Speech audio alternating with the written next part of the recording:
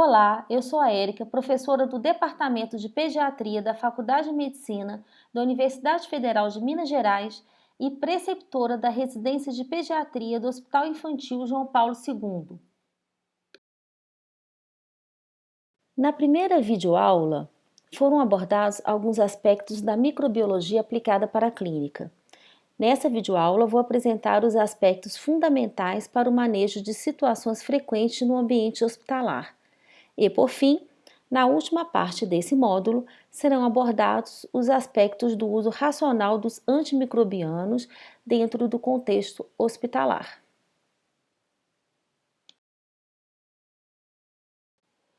Ciente da complexidade do tema e da impossibilidade de esgotar o assunto, procurei pontuar nessa videoaula apenas alguns aspectos essenciais e muito frequentes na nossa prática clínica hospitalar.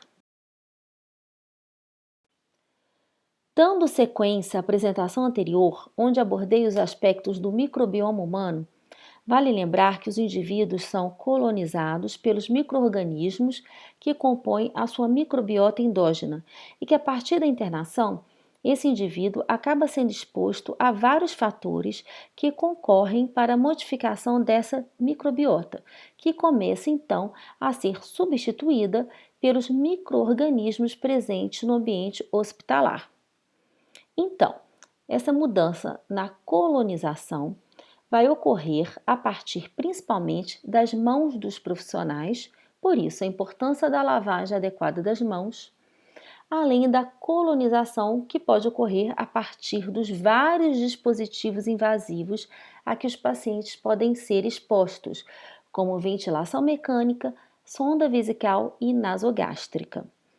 Outro fator muito importante nesse cenário são os antibióticos, que são capazes de modificar a microbiota indígena e promover a colonização por bactérias potencialmente patogênicas devido à eliminação dos comensais suscetíveis, além de exercer impressão seletiva, selecionando patógenos resistentes dentro do ambiente hospitalar. Como exemplo dessa desorganização, temos a redução da microbiota intestinal do indivíduo que permite que o Clostridium difficile se propague e produza as toxinas causando a colite pseudomembranosa. Outro dado importante em relação à colonização dentro do ambiente hospitalar são as sondas nasogástricas que favorecem a colonização pelas bactérias gram-negativas.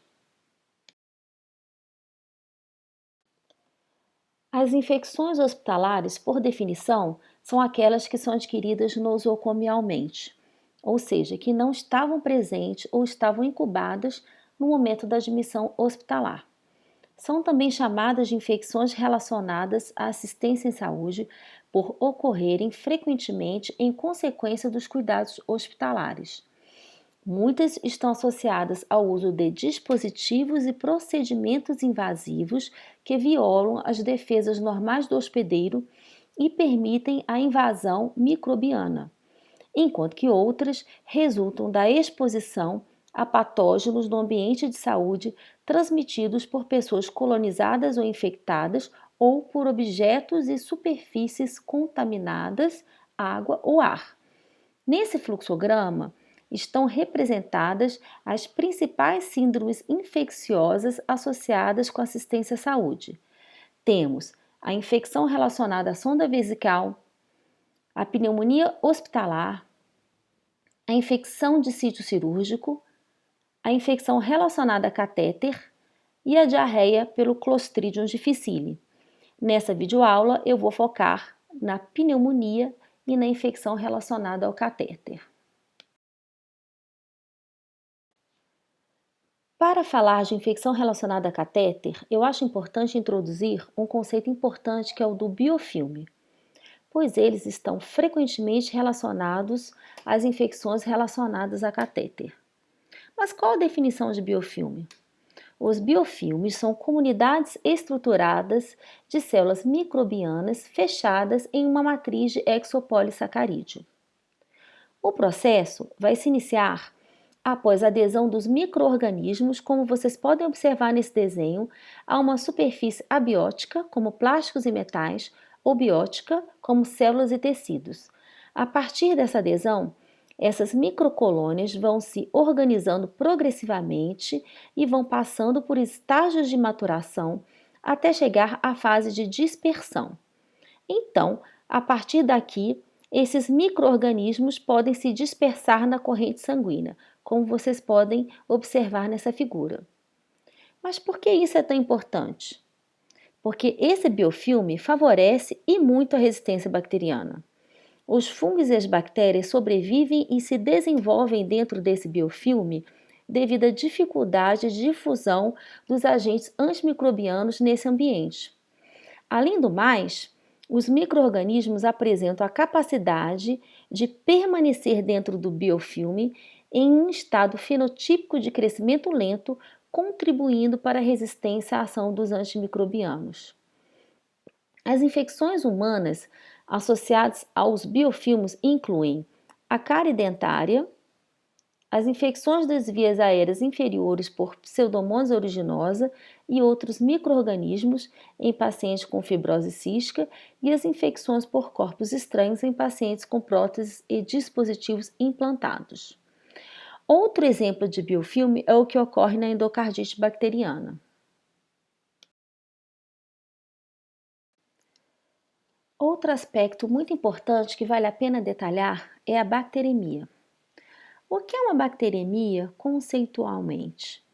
A bacteremia é a multiplicação de micro-organismos viáveis na corrente sanguínea. A bacteremia pode acontecer de maneira diferente, como vou mostrar nesse slide. Podemos ter uma bacteremia do tipo transitória. Que é isso? Uma bacteremia é chamada de transitória quando a duração é curta, podendo variar de minutos a poucas horas. Esse tipo de bacteremia é comum e ocorre em geral após a manipulação de algum tecido infectado, como em casos de abscessos, furúnculos e celulites, ou durante algum procedimento cirúrgico envolvendo tecidos contaminados ou colonizados, como em procedimentos dentários, manipulações geniturinárias e cirurgias que envolvem áreas contaminadas, dentre outras. Esse tipo de bacteremia também pode ocorrer em algumas infecções agudas, localizadas ou sistêmicas, como pneumonias, meningites, artrites sépticas e osteomielites. Outro tipo de bacteremia importante é a intermitente, que se manifesta em intervalos de tempo variáveis pelo mesmo micro-organismo. Esse tipo de bacteremia ocorre geralmente em decorrência de processos infecciosos profundos, como os abscessos intraabdominais, pélvicos, perinefréticos, hepáticos, entre outros. Esse tipo de bacteremia pode ser a causa da febre de origem determinada, justificando a importância da realização de ultrassom abdominal na investigação da infecção no paciente com febre de origem determinada. Outro tipo de bacteremia é a contínua. Esse tipo de bacteremia é característica da endocardite infecciosa aguda e subaguda e de outras infecções endovasculares. Por último, temos a bacteremia de escape, que ocorre mesmo enquanto o paciente esteja recebendo antibiótico-terapia sistêmica apropriada. Quando se dá no início da terapêutica, geralmente deve-se a concentrações ainda insuficientes do antimicrobiano na corrente sanguínea. A bacteremia de escape ocorre comumente nos primeiros dias de tratamento das estafilococcías, mesmo sob condições adequadas de antibiótico-terapia. Pode ser observada também esse tipo de bacteremia nas situações onde, apesar do micro-organismo ser suscetível à ação dos antimicrobianos, não houve drenagem adequada das secreções, ou nas situações de imunossupressão. Um caso que me marcou foi um recém-nascido que estava recebendo oxacilina para tratamento de um abscesso na mão e que manteve febre e hemoculturas positivas por vários dias, apesar do resultado da hemocultura ter revelado que o agente etiológico era um Staphylococcus aureus sensível. A hemocultura somente negativou depois que todo o material purulento foi adequadamente drenado.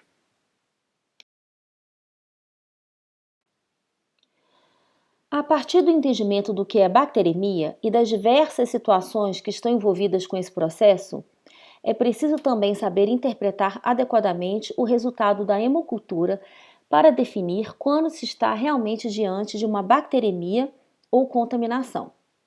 Essa tarefa nem sempre é fácil. Frequentemente, a definição clínica é baseada na opinião de médicos especializados e corresponde à baixa probabilidade de que o micro-organismo seja a causa da infecção. Então, para isso, eu coloquei nesse slide umas questões que eu chamei de sinalizadoras. Qual o micro-organismo que foi isolado? Foi um micro-organismo geralmente patogênico? Ou foi um micro-organismo comensal comum da pele, por exemplo? Esse paciente com hemocultura positiva apresenta sintomas associados? Faz sentido a bacteremia nesse paciente? Quanto tempo essa bactéria levou para crescer nessa hemocultura? Esse é um dado que deve ser valorizado também. Outro aspecto que deve ser valorizado é se o paciente é imunossuprimido ou não, porque se cresceu um comensal em um imunossuprimido, talvez esse comensal realmente esteja causando uma infecção verdadeira. Por outro lado, eu vou desconfiar se for um paciente imunocompetente, sem fatores de risco. Por último, devo me perguntar se o paciente em questão apresenta alguma condição predisponente, por exemplo, a presença de catéteres endovasculares. Então, em relação aos micro-organismos, eu coloquei aqui nesse slide os principais patógenos de acordo com a probabilidade de estarem realmente relacionados à infecção. Alguns micro-organismos têm alto valor preditivo positivo para a bacteremia verdadeira, mesmo quando isolados em somente uma amostra, como, por exemplo, o Staphylococcus aureus, o Streptopiógenes, o Agalacti, o Streptococcus pneumoniae, o Haemophilus influenza, a Escherichia coli, as enterobactérias, a Neisseria meningitidis e a Pseudomonas aeruginosa. Já os Streptococcus viridans, os enterococos e os Staphylococcus coagulase negativo representam em média, respectivamente, 38, 78 e 15% das bacteremias verdadeiras. Por outro lado, alguns tipos de micro-organismos são frequentemente associados com contaminação, como o Corynebacterium, Micrococcus, Bacillus e o Propionibacterium acnes. Para esses micro-organismos, a probabilidade de estarem realmente relacionados a uma infecção verdadeira aumenta quando for isolado em várias hemoculturas obtidas de punções venosas separadas. Temos também alguns patógenos mais raros que costumam estar relacionados à imunossupressão causada por câncer ou leucemia, como Aeromonas, Bacillus, Campylobacter, entre outros. Deve-se suspeitar de contaminação quando o crescimento bacteriano ocorre em hemoculturas somente após 72 horas de incubação, com exceção de algumas bactérias que naturalmente crescem de forma mais lenta, como Eikenella e algumas espécies de Haemophilus, Shigella e Cardiobacterium.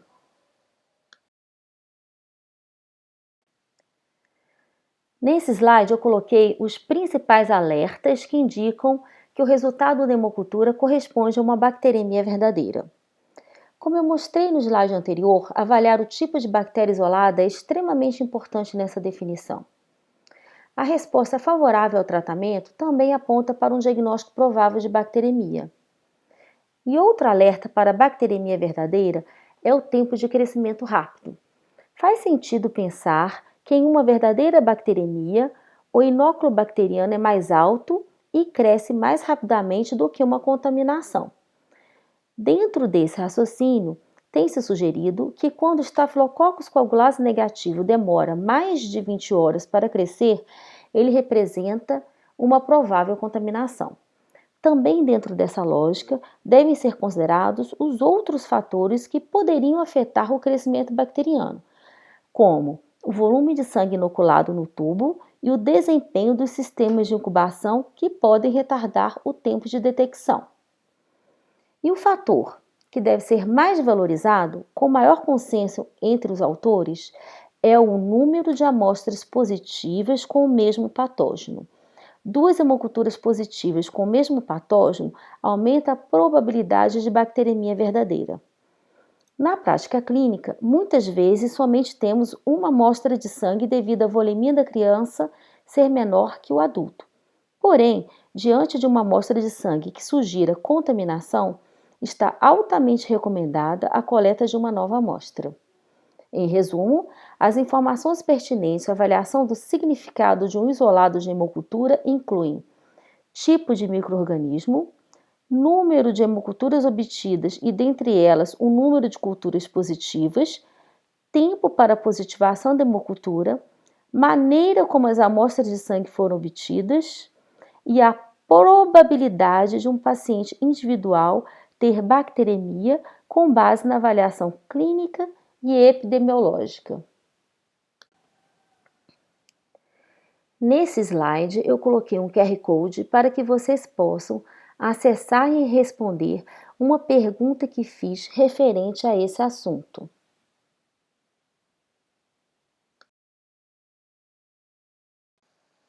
Com intenção de padronizar as definições das infecções relacionadas a catéter para fins de vigilância, o Centro dos Estados Unidos para Controle e Prevenção de Doenças propôs alguns critérios que foram posteriormente adotados também no Brasil pela Anvisa.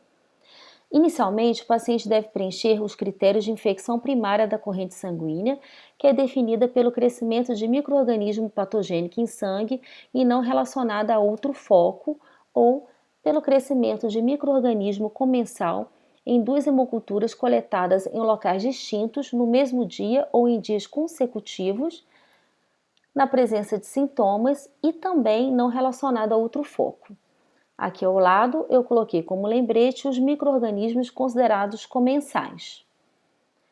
Para ser considerado associado ao catéter, o paciente deve estar com o catéter central implantado há mais de 2 dias e o catéter deve estar presente no local no dia do início dos sintomas ou até no dia anterior. Como vocês podem observar, os critérios de infecção associada ao catéter são bastante amplos, podendo incluir infecções da corrente sanguínea que não estejam necessariamente relacionadas ao catéter, já que utiliza como critérios apenas a confirmação da infecção de corrente sanguínea, não relacionada a outra fonte além do catéter, e a presença do catéter venoso central por mais de 48 horas. Por outro lado, a infecção da corrente sanguínea relacionada ao catéter se refere à infecção que se originou de um catéter intravascular. Essa definição exige critérios microbiológicos adicionais para identificar o catéter como a fonte da infecção. Os critérios que podem auxiliar nessa definição estão aqui nesse slide. Crescimento de um mesmo patógeno em sangue periférico e em ponta de catéter ou refluído de catéter com um tempo de crescimento maior ou maior quantidade. Nesse slide estão os critérios do IDSA, que são adotados no tópico referente ao assunto no Dynamed. De acordo com o IDSA, pode ser considerada infecção de corrente sanguínea relacionada ao catéter a identificação do mesmo patógeno em uma ou mais hemoculturas de sangue periférico na ponta do catéter, ou uma hemocultura do refluído do catéter e uma de sangue periférico, conforme os critérios descritos no slide anterior, ou duas hemoculturas de 2 lúmens, sendo uma com crescimento 3 ou mais vezes maior. Porém, no UpToDate, os autores questionam o uso do critério de tempo diferencial para a positividade da cultura, alegando que o valor preditivo dessa abordagem seria incerto. E os principais motivos para isso seriam as dificuldades para a padronização de volumes iguais de sangue da linha central e da veia periférica, e da garantia do momento de coleta das amostras. Então, de acordo com o UpToDate, sugere infecção relacionada ao catéter a presença de sintomas em pacientes com catéter venoso central e o crescimento em uma ou mais hemoculturas de bactérias patogênicas, ou o crescimento em uma ou mais hemoculturas de cândida, ou o crescimento em 2 ou mais hemoculturas do Staphylococcus coagulase negativo ou de outros comensais comuns.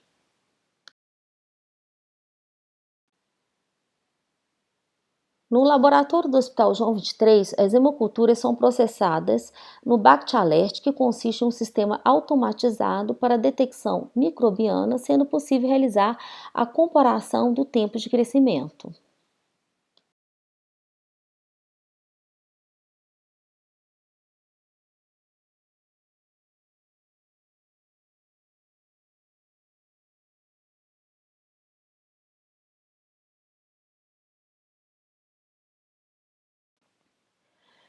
Outra infecção relacionada à assistência à saúde bastante frequente é a pneumonia hospitalar. Conforme já foi dito, as pneumonias hospitalares são aquelas que ocorrem após 48 horas da internação e são adicionalmente classificadas em precoces ou tardias de acordo com o tempo de internação. Os principais patógenos envolvidos com a pneumonia hospitalar são as bactérias gram-negativas e, dentre os gram-positivos, o Streptococcus pneumoniae e o Staphylococcus aureus. Ressaltando que essa complicação ocorre com maior frequência em unidades de terapia intensiva, onde a ventilação mecânica, os catéteres internos e a administração de antibióticos de amplo espectro são comuns. Essa definição é importante porque o risco de uma infecção multiresistente por Pseudomonas aeruginosa, Staphylococcus aureus oxacilina resistentes e bactérias gram-negativas produtoras de beta-lactamases de espectro estendido aumenta em pessoas que desenvolvem infecção após mais de 5 dias de hospitalização. Porém, deve ser ressaltado que as taxas de resistência variam localmente. Outro aspecto ainda mais importante do que o tempo de internação é a presença ou não de fatores de risco associados à infecção por bactéria resistente. Eu vou falar um pouco mais desses critérios mais à frente, mas na ausência de fatores de risco para resistência, deve-se pensar principalmente no Streptococcus pneumoniae, Haemophilus influenza, Staphylococcus aureus sensível à oxacilina e nas bactérias gram-negativas entéricas sensíveis. Para esses patógenos, a amoxicilina com clavulanato seria uma boa opção. Se, por outro lado, o paciente tiver fatores de risco para patógenos multiresistentes, é necessário atentar para a possibilidade de infecção pela Pseudomonas aeruginosa, Klebsiella pneumoniae, incluindo as cepas produtoras de beta-lactamase de espectro estendido, espécies de Acinetobacter e Staphylococcus aureus meticilina resistentes. A escolha do antibiótico deve então levar em consideração o tempo de internação, os fatores de risco para resistência bacteriana e a gravidade do quadro clínico. Nessas situações, será necessário o uso de antibióticos de amplo espectro. Diante do exposto, quais fatores devemos levar em consideração na escolha da nossa terapia empírica? Pelo que vocês já devem ter notado, não devemos levar em consideração apenas o tempo de internação, mas também outros fatores, como a gravidade do paciente, os padrões locais de resistência, sendo o risco maior em hospitais com prevalência de Staphylococcus aureus oxacilina resistente superior a 20%, o uso recente de antibióticos de largo espectro e os resultados microbiológicos prévios, e são também importantes na decisão antimicrobiana empírica a presença de comorbidades, passagem por centros de terapia intensiva e o uso de dispositivos invasivos como catéteres venosos centrais, catéteres urinários e tubos endotraqueais que rompem os mecanismos naturais de defesa do hospedeiro e servem como porta de entrada para os patógenos. Nesse slide eu coloquei mais um QR Code para que vocês possam acessar e responder outra pergunta referente ao assunto dessa videoaula. Em resumo, os resultados de hemocultura devem ser interpretados de acordo com o tipo de micro-organismo e características do paciente. A infecção hospitalar pode ser precoce ou tardia de acordo com o tempo de internação. E a escolha da antibiótico-terapia empírica deve levar em consideração o tempo de internação e os fatores de risco para a resistência. Muito obrigada e até as próximas videoaulas.